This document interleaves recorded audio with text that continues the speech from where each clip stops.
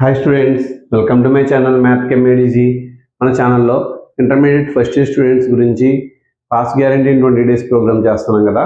ఆ ప్రోగ్రాంలో డే 18 సంబంధించి స్ట్రైట్ లైన్స్ అనే చాప్టర్ నుంచి 6 2 మార్క్స్ క్వశ్చన్స్ మీకు ఇప్పుడు ఎక్స్ప్లెయిన్ చేస్తాను. స్ట్రైట్ లైన్స్ అనే చాప్టర్ నుంచి 2 మార్క్స్ క్వశ్చన్స్ 6 క్వశ్చన్స్ ఈ వీడియోలో నేను మీకు ఎక్స్ప్లెయిన్ చేస్తాను. వీడియోలోకి వెళ్ళబోయే ముందు మన ఛానల్ కొత్తగా చూసేవాళ్ళు మన ఛానల్ సబ్స్క్రైబ్ చేయండి, అలాగే లైక్ చేయండి, షేర్ చేయండి, కమెంట్ చేయండి. మరిన్ని వీడియోస్ కోసం చూస్తూనే ఉండండి మన ఛానల్ మ్యాథ్ కెమెడీజీ. అయితే ఇంకా ఆలస్యం చేయకుండా ప్రాబ్లంలోకి వెళ్ళిపోదాం.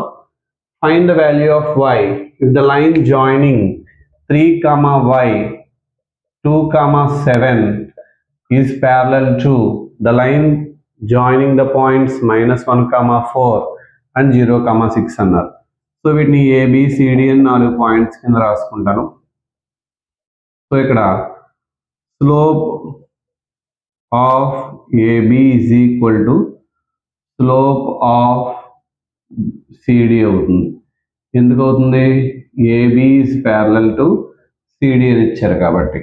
ABCD రెండు ప్యారలల్ అండి. AB slope CD slope equal. Slope formula బ్రాకెట్లో రాసుకుందాం. y2 - y1 by x2 - x1. So ఈ ఫార్ములా ప్రకారం AB స్లోప్ ఎలా రాస్తాను చెప్పండి. 7 - y by 2 - 3 is equal to same CD slope ఎలాగా y2 - y1 కాబట్టి 6 - 4 by 0 - of -1. 7 - y by -1 is equal to 6 నుంచి 4 తీస్తే 2 బై 1 అవుతుంది. 7 - y is equal to -1 into 2 ఎంత? -2. -y2 - 2e2 వచ్చింది అనుకోండి. y is equal to 7 + 2. therefore y is equal to 9. అర్థమైంది కదండి. చాలా సింపుల్ ఈ ప్రాబ్లం. ఇచ్చిన పాయింట్స్ ABCD అనుకుని AB is parallel to CD అంటే slope of AB is equal to slope of CD అని రాసుకుని సాల్వ్ చేస్తే ఈజీగా y వాల్యూ వచ్చింది. సో నెక్స్ట్ ప్రాబ్లం చూద్దాం. Find the equation of straight line passing through -4, 5 cut off equal intercept అని అడిగారు. ముందు రిక్వైర్డ్ లైన్ ఈక్వేషన్ తీసుకుందాం. x/a + y/b is equal to 1 అనుకుందాం. ఇంటర్సెప్ట్స్ ఆర్ ఈక్వల్ అని ఇచ్చారు. ఇంటర్సెప్ట్స్ ఆర్ ఈక్వల్ కాబట్టి సో ఈ రిలేషన్లో ఏ ఉన్న చోట b పెట్టవచ్చు. a = b అంటే సింపుల్గా x/a + y/a is equal to 1 అని రాస్తాను. అంటే x + y/a is equal to 1 అంటే x + y is equal to a. This is required equation కాబట్టి 1 అనుకున్నాను. దిస్ లైన్ పాసింగ్ త్రూ, ఈ లైన్ దేని నుంచి పాస్ అవుద్దని ఇచ్చారు క్వశ్చన్లోని. This line passing through -4, 5. x ఉన్న చోట -4 పెడతాను, y ఉన్న చోట 5 పెడతాను. అంటే a ఈజ్ నథింగ్ బట్ 1 వచ్చింది. So required equation is x + y is equal to 1 అంటే x + y - 1 is equal to 1. ఇలా ప్రాబ్లం అయ్యింది. అర్థమైందా? సో ఇంటర్సెప్ట్స్ ఈక్వల్ ఉన్నారు కాబట్టి ఏబీలన్నీ ఈక్వల్ చేసుకుని so x + y is equal to a అని రాసి అది -4, 5 నుంచి పాస్ అయితే ఏ వాల్యూ 1 అవుతుంది కాబట్టి ఆ 1 ఇక్కడ పెడితే x + y - 1 is equal to 0 is the required line equation. Next problem చూద్దాం. Next problem find the equation of straight line passing through 2, 3 and making intercepts whose sum is 0 అన్నారు. So required line equation is ఏమని తీసుకుంటానంటే x/a + y/b is equal to 1 అని తీసుకున్నాను. So given that some of intercepts ఎంత అన్నారండి? Some of intercepts is 0 కాబట్టి a + b 0 అన్నారు. అంటే b బదులు ఏం రాసుకోవచ్చు? -a రాసుకోవచ్చు.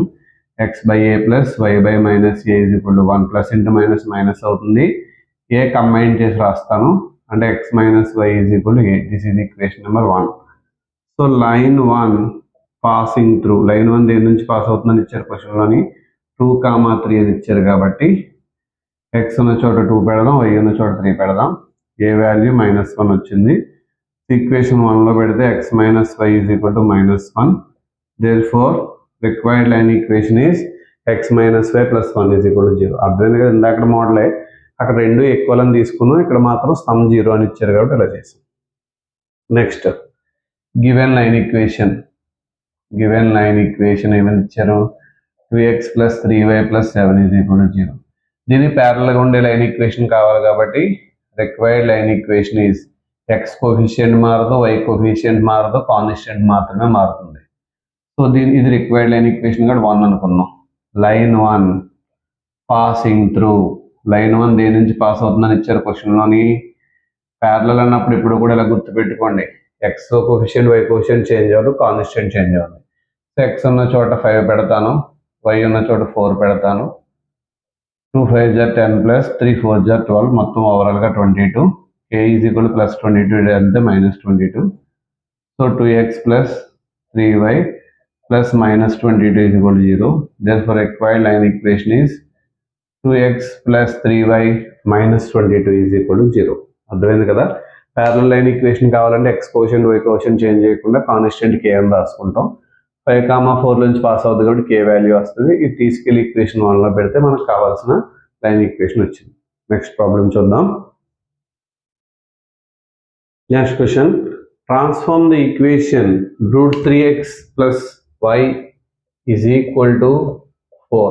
దీన్ని స్లోప్ ఇంటర్సెప్ట్ ఫామ్గా మార్చాలి. Slope intercept form.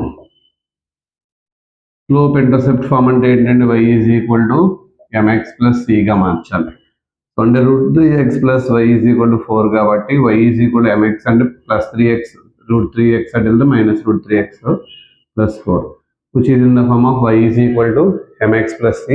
Here m is equal to minus √3, intercept c is equal to 4 అవుతుంది.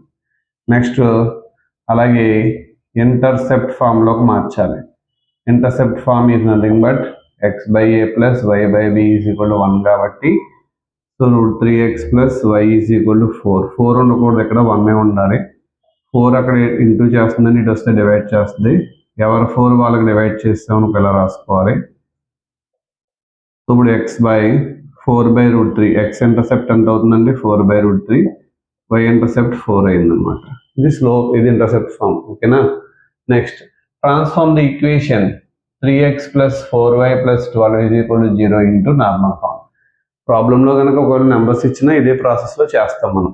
సో ఇక్కడ ఈ ఫార్మ్స్ గుర్తు పెట్టుకోవాలి మీరు. So transformed equation into normal form అన్నారు కాబట్టి అసలు నార్మల్ ఫామ్ ఎలా ఉంటుంది సార్ అంటే x cos alpha plus y sin alpha is equal to p. p అంటే పర్పెండిక్యులర్ డిస్టెన్స్ ఎప్పుడు పాజిటివ్గానే ఉండాలి, గుర్తుపెట్టుకోండి. అంటే x టర్మ్ y టర్మ్ ఇటు నుంచి +12 వెళ్తే -12, కానీ డిస్టెన్స్ పాజిటివ్గా ఉండాలి కాబట్టి రెండు వైపులా మైనస్ తింటూ చేస్తాను. -3x - 4y is equal to 12.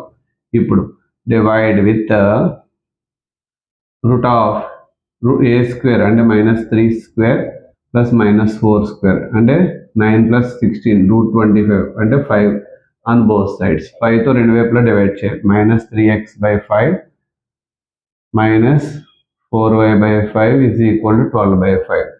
అంటే ఇప్పుడు -3/5x plus -4/5y is equal to 12/5. ఇందులో కాస్ ఆల్ఫా వాల్యూ ఎంత అవుతుందో ఇప్పుడు -3/5, సైన్ ఆల్ఫా ఎంత అవుతుంది -4/5. ఓకేనా. సో ఇలా రాస్తే సరిపోతుంది. మన వీడియోస్ కనుక మీకు నచ్చినట్టయితే లైక్ చేయండి, షేర్ చేయండి, అలాగే కమెంట్ చేయండి. సబ్స్క్రైబ్ చేయడం మాత్రం మర్చిపోకండి. మన ఛానల్లో చెప్పిన 20 days వీడియోస్ మీరు ఫాలో అయినట్లయితే అబౌవ్ 60% మార్క్స్ ఖచ్చితంగా గెయిన్ చేస్తారు. సో బాగా ప్రిపేర్ అయ్యి మంచిగా ఎగ్జామ్ రాయండి. మంచి మార్క్స్తో అందరూ పాస్ అవ్వాలని కోరుతున్నాను. Thank you. All the best for your exams.